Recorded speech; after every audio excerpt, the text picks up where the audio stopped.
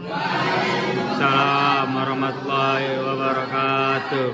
Perkenalkan, kami dari kelompok 2 akan mempresentasikan tugas dengan mata kuliah Arsitektur Komputer dengan dosen pengampu yang terhormat Bapak Ade Agung Kurniawan Eskop Mkom. Izinkan saya memperkenalkan diri terlebih dahulu. Perkenalkan, saya Dita Sari bersama rekan saya Danis, Ihsan, Derajat, Daniel, dan Heru Salam. Baik, di sini kami mempunyai 4 pembahasan. Pertama, sistem memori, instruksi kontrol program, hierarki memori, dan yang terakhir teknologi dan manajemen memori. Yang pembahasan lebih lanjut akan dijelaskan oleh Heru Salam.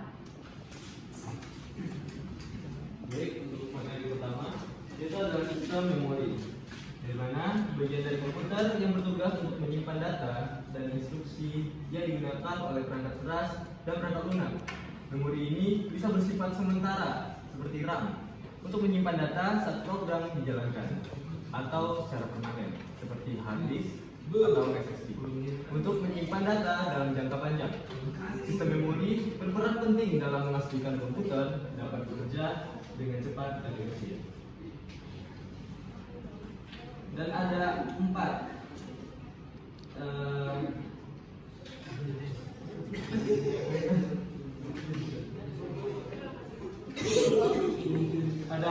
4 jenis dari yang tersebut, yaitu ada pertama memori primer, ada RAM yang menyimpan data sementara saat program berjalan, ada juga ROM yang berisi instruksi permanen seperti firmware. Yang kedua ada memori sekunder, yaitu seperti hard disk atau SSD yang berguna untuk menyimpan penyimpanan utama untuk data dan program jangka panjang. Yang ketiga ada data yang dimana memori kecil berkecepatan tinggi untuk data yang sering diakses. Dan yang keempat ada register, yaitu memori diproses untuk menyimpan data yang sedang diproses.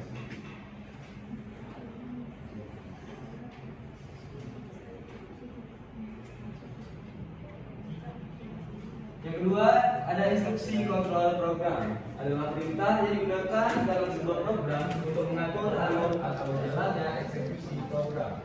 Instruksi ini menentukan bagaimana langkah dalam program dijalankan, seperti memilih kondisi tertentu, mengulang tugas, atau melompat ke bagian tertentu dalam kode.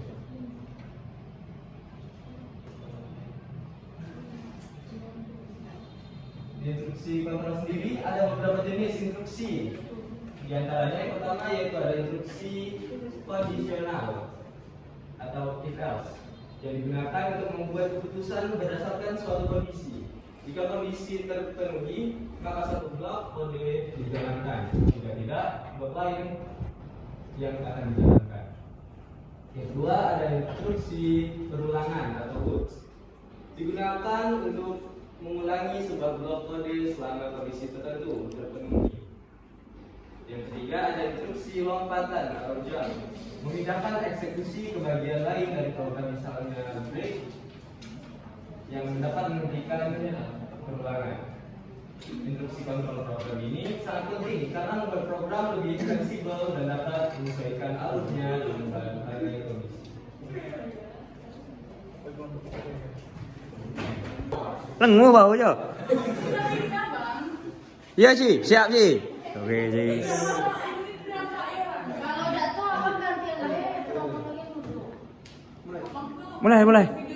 Ketiga, hierarki memori adalah pengaturan berbagai jenis memori dalam sistem komputer berdasarkan kecepatan, kapasitas, dan biaya. Hierarki ini membantu komputer bekerja lebih efisien dengan menempatkan memori yang paling cepat dan mahal di dekat prosesor. Sementara memori yang lebih lambat dan murah digunakan untuk penyimpanan besar.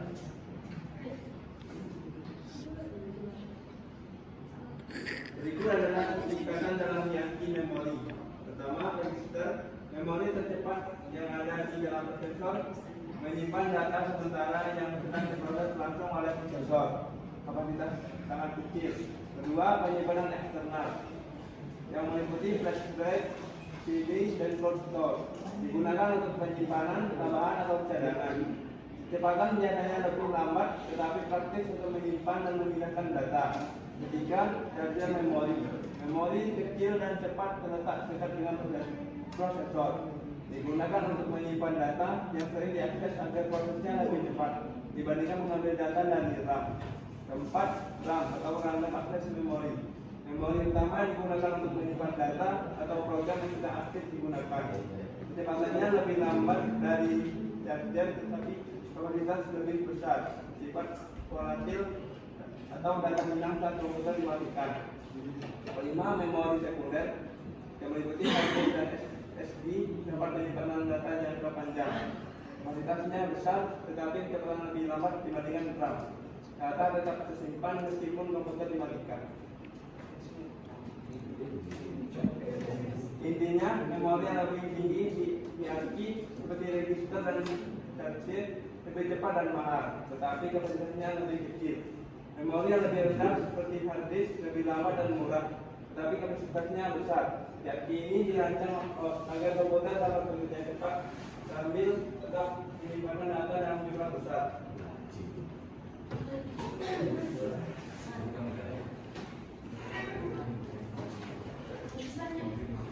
Selanjutnya itu adalah teknologi dan manajemen memori.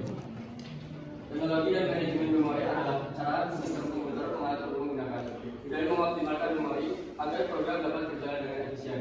Memori adalah sumber daya penting, jadi teknologi dan manajemen memori bertugas memastikan semua proses memiliki ruang yang cukup tanpa mengganggu satu sama lain.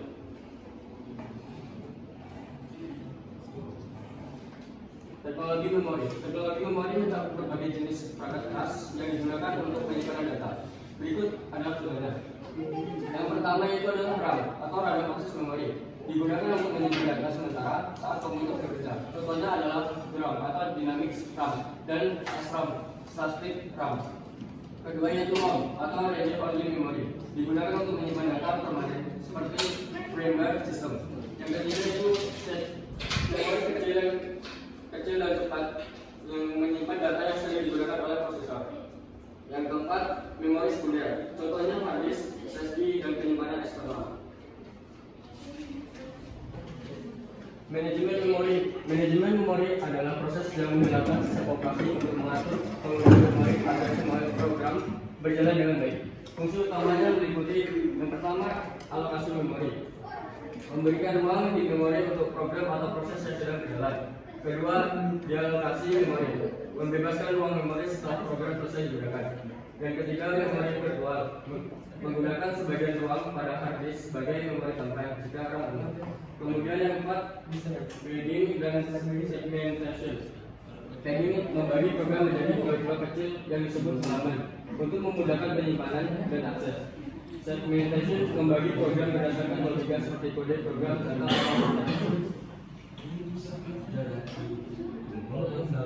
tujuan teknologi dan manajemen memori yaitu memastikan program berjalan tanpa gangguan memori, kemudian memanfaatkan memori yang tersedia dengan efisien, menghindari kesalahan seperti kehabisan memori atau akses ilegal ke memori. Dengan teknologi yang terus berkembang seperti memori berbasis flash dan memori non volatile, program komputer menjadi lebih cepat dan efisien dalam menyimpan serta mengelola data.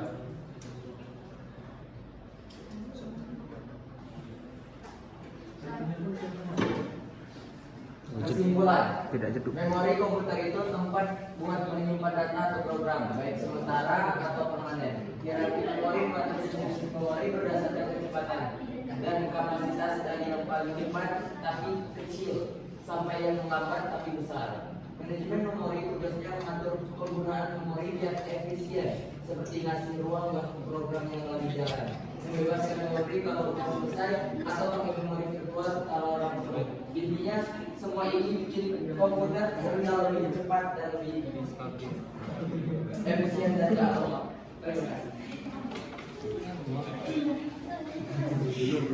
Baik, di sini kami membuka sesi pertanyaan agar jalannya diskusi kita tidak lancar. Maka kami Entah. membuka 4 pertanyaan, satu kelompok 1 pertanyaan. Oke. Oke, sini. Assalamualaikum warahmatullahi wabarakatuh. Saya dari kelompok 3. ingin bertanya mengenai hierarki memori tadi. Kan itu hierarki kan tingkatan ya. Mana sih tingkatan yang paling atas di dalam hierarki memori? Dan kenapa itu bisa jadi tingkatan teratas? Itu aja sih. Terima kasih.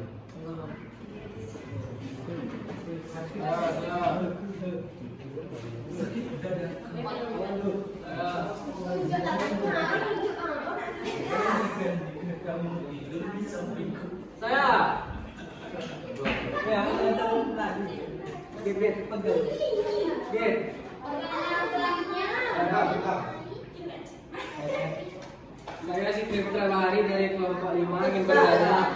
Zikri kenanya terus. Belum pernah. Kamu Ya, lanjut. banyak. Tadi kan ada instruksi IPS. Apa kelemahan dari instruksi tersebut dan bagaimana cara menanggulangi kelemahan tersebut?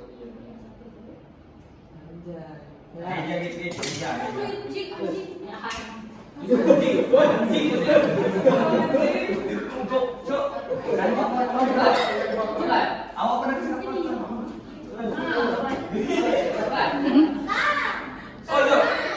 Ada ya pres. Lepas tinggal dua.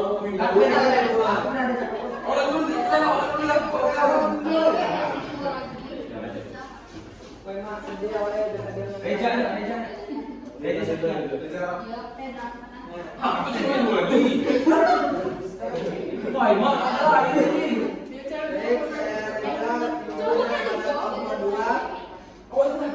Bagaimana perkembangan teknologi memori seperti NVMe atau HBM High Bandwidth Memory mempengaruhi kinerja pada kelas? Reja, pelan-pelan ya. Bagaimana perkembangan Ini romantis.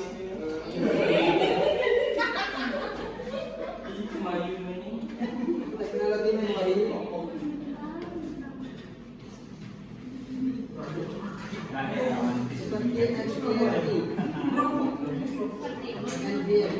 NVMe atau High Bandwidth Memory mempengaruhi kinerja pada kelas.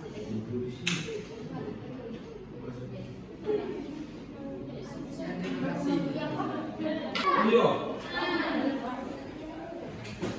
Baiklah, berdasarkan HP. Baiklah, menggunakan nama sendiri dari Samudra dari nomor 1. Baiklah, saya ingin bertanya pada bagian manajemen memori, yaitu pada bagian paging. Bagaimana algoritma paging menurut kalian dan bagaimana cara kerjanya? Sekian, terima kasih.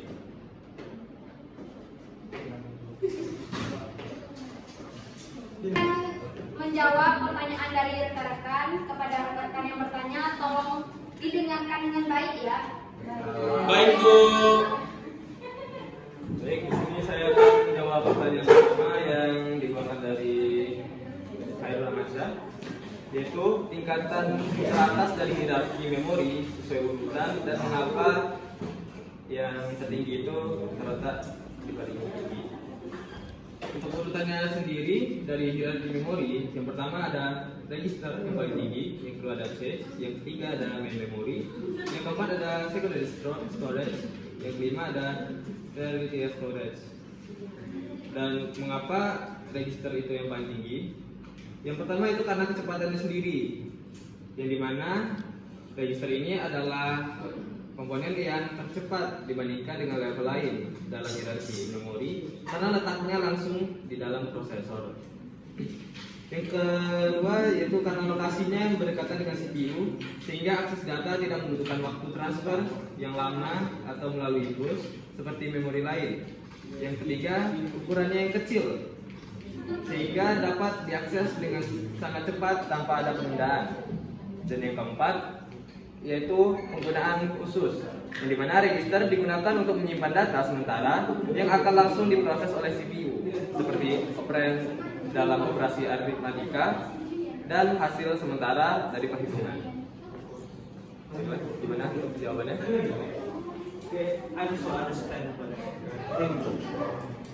Baik, terima kasih atas pertanyaannya. Baik, di sini saya akan menjawab pertanyaan dari Zikri. Kelemahan dari instruksi IF, LC dan bagaimana cara menanggulangi kelemahan tersebut. Yang pertama yaitu kode menjadi panjang dan sulit dibaca. Jika terdapat banyak kondisi blok, IFLC bisa menjadi terlalu panjang sehingga sulit dipahami dan dikelola. Cara menanggulanginya yaitu gunakan unit cas jika tersedia untuk kondisi sederhana dengan banyak cabang. Gunakan struktur data seperti action atau mapping untuk menggantikan logika IFLC yang terlalu kompleks. Kelemahan yang kedua yaitu sulit untuk diuji atau debug. Jika logika selalu tercabang, menemukan bug atau mengidentifikasi jalur eksekusi menjadi lebih rumit. Cara menanggulanginya yaitu gunakan pendekatan unit testing untuk menguji setiap cabang secara terpisah. Dokumentasikan kondisi dan logika secara jelas. Kelemahan yang ketiga yaitu kurang efisien. Jika ada banyak kondisi, blok IFLC akan memeriksa setiap kondisi satu persatu, sehingga bisa menjadi lambat pada program dengan logika yang kompleks. Cara menanggulanginya yaitu gunakan struktur data seperti hash table untuk menggantikan IFLC dalam kasus pencocokan langsung.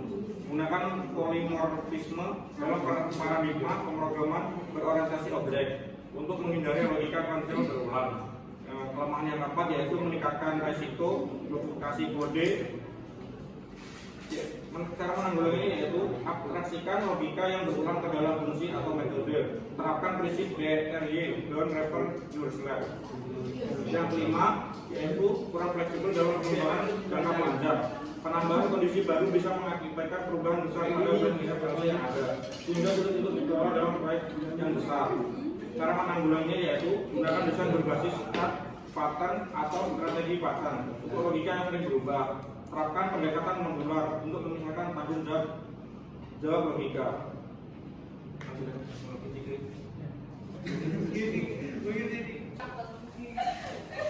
Saya akan menjawab pertanyaan dari Dewan. Yang pertanyaannya yaitu pengembangan teknologi memori NTND atau hybrid memory mempengaruhi kinerja paket berat. Pengembangan teknologi memori seperti hybrid memory memiliki dampak signifikan terhadap kinerja paket berat, terutama dalam konteks pengelolaan data dan instruksi sistem. Pengaruh terhadap kinerja paket keras yang pertama yaitu peningkatan kecepatan proses data, yang dimana memori hybrid mengurangi waktu akses dan latensi sehingga meningkatkan performa perangkat keras dalam aplikasi real-time dan analitik database. Yang kedua, efisiensi energi, yaitu perangkat keras menjadi lebih hemat energi, menghasilkan perangkat yang lebih ramah lingkungan dan biaya operasional lebih rendah.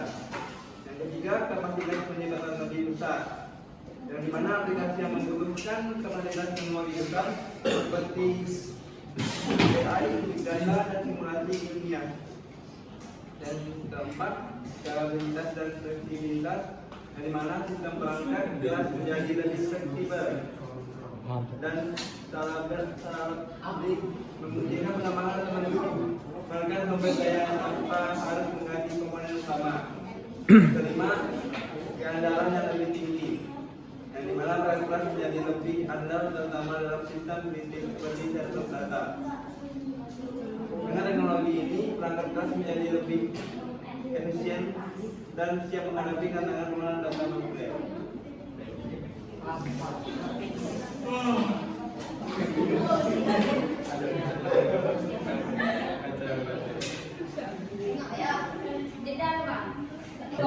Baik, di sini saya akan menjawab soal dari Bintang yang bertanya bagaimana algoritma bagi bekerja. Yang pertama itu ada pembagian memori, yang kedua ada pemetaan halaman ke bingkai, yang ketiga ada akses data, dan yang terakhir ada manajemen page view. Di sini akan saya jelaskan satu-satu. Pembagian memori. Yang pertama, memori fisik dibagi menjadi blok dengan ukuran tetap yang disebut bingkai atau frames. Yang kedua, memori virtual dibagi menjadi blok dengan ukuran sama yang disebut halaman atau page. Yang kedua adalah pemetaan halaman ke bingkai, yaitu ketika sebuah program dijalankan, halaman-halaman dari memori virtual dipetakan ke bingkai-bingkai memori fisik menggunakan page table. Terus tabel halaman menyimpan informasi lokasi setiap halaman. Yang ketiga adalah akses data saat CPU memerlukan data di sebuah alamat virtual. Algoritma pegging mengonvergensi menjadi alamat fisik menggunakan tabel halaman. Jika halaman sudah ada di memori fisik, data langsung diakses. Jika halaman tidak ada di memori fisik, data dimuat dari disk atau memori sekunder. Terus, jika terjadi peg fault, sistem operasi memuat halaman yang dibutuhkan ke dalam bingkai kosong di memori fisik. Jika tidak ada bingkai kosong, algoritma penggantian halaman dipakai untuk memilih ke bingkai yang diganti. Apakah sudah paham? Oh, terima kasih. Baik, sekian presentasi dari kelompok kami. Wassalamualaikum warahmatullahi wabarakatuh. Waalaikumsalam warahmatullahi wabarakatuh.